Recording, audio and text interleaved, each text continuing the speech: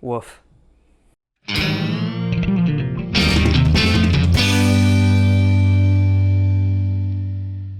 Shalom, my friends. This is Max Joseph, and I'm here because I just saw Dolittle. Dolittle is directed by Stephen Gaghan and stars Robert Downey Jr., Antonio Banderas, Jessie, Buckley, Michael Sheen, Jim Broadbent, Harry Collett, Emma Thompson, Rami, Malek, John Cena, Kumail, Nanjiani, Octavia Spencer, Tom Holland, Craig Robinson, Ray Fiennes, Selena Gomez, and Marion Cotillard. And the story goes like this. After losing his wife 7 years earlier, Dr. John Dolittle, famed doctor and veterinarian who, of course, has the ability to speak with animals, he hermits himself away behind the walls of Dolittle Manor with only his assortment of exotic animals for company.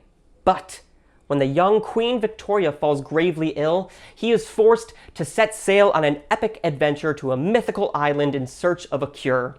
He is joined on his quest by a young, self-appointed apprentice and his trusted band of animal friends. But before I go into my review, please make sure you like this video and subscribe to my channel, and ding that little bell to get notified whenever I post new videos. My friends, this movie wasn't great. The story's predictable, the animation is interesting. I'm not sure why it was made, but I still had a fun time. There were a lot of kids in the theater, and they were laughing, and it did influence me. It helped me enjoy it a little bit more, but not a lot. My thing about movies like this is that they aren't made for adults necessarily, or they're not supposed to be meaty. They're meant for kids. They're supposed to be there for a fun time, a good laugh. But the reason I think it was a little oi was because there wasn't really a lesson to be learned for kids. It's possible I missed the lesson, but I didn't walk out of the theater saying, well, you know, I'm glad that kids were just told that they should A, B, C, or that it's okay to feel X, Y, or Z. But again, I don't think it needs to. As long as kids enjoy it, it's a success. And depending on how much money it makes, I could see sequels. Here are my bullet points for Dolittle. Bullet point number 1. So Robert Downey Jr., one of my favorite actors, and he was fine. I'm not sure about the whole Welsh accent they chose, and he did this kind of a whisper thing that made it hard to hear and understand him. I think I may have even spotted a few times where the timing of the lines didn't match up with his mouth. I'm not sure. It was a very strange thing to watch and listen to. But the character doesn't really feel like he has any arc, and if there is an arc, it's not really well spelled out. Luckily, he's Robert Downey Jr. He can kind of cover it because he's a brilliant actor. He's very fun to watch. He's charismatic. He has unbelievable comedic timing. And I'm happy that he's able to move on from the Marvel Cinematic Universe. And if this was the movie that he wanted, then I'm more than happy for him. I plan on seeing every single movie this man does. I love him no matter what. Bullet point number 2. So, the cast. The voice cast specifically is insane. And they actually do a pretty good job. I think the problem is that I just don't really care about them. And it's not the fault of the actors, it's just that they weren't written well enough for me to care about, I guess. But they did a great job.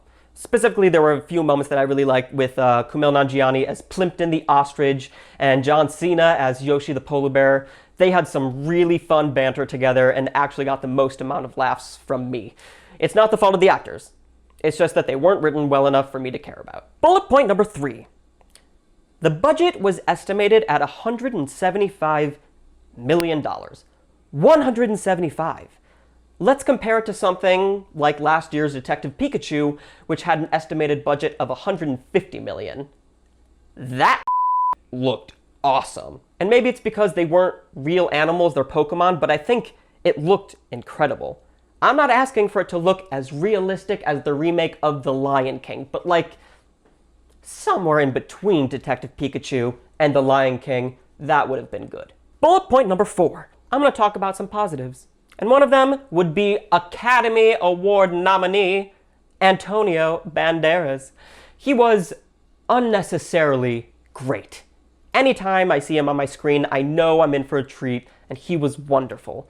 There's actually a really interesting relationship that occurs between Dolittle and Banderas' character that I would have loved to explore a little bit more, and I'd actually be interested to see more in the future. Michael Sheen's over-the-top Dr. Blair mudfly was actually quite funny. He made every moment he got memorable and managed to make the poor text he was given meaningful and full of energy. Danny Elfman's score is, as always, great, which now totally makes sense why it was one of the highlights because, you know, Danny Elfman. But I think the most impressive part of the film was the overall look.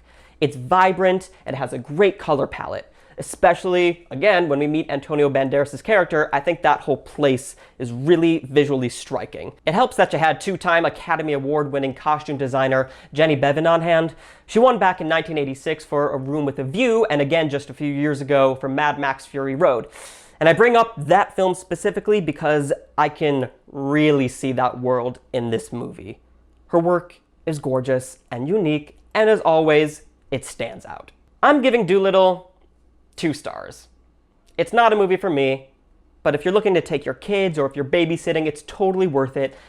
They should have a really great time, and hopefully, so will you. My friends, thank you so much for watching. Please make sure to like this video, give me your thoughts in the comments, and subscribe to this channel, as well as follow me on Twitter and Instagram at mjoseph492. Like my page on Facebook, which is facebook.com/MaxJosephFilmPerson. And if you really love me, please consider being a patron on Patreon, where you can get patron-only content, guest interviews, giveaways, and lots more.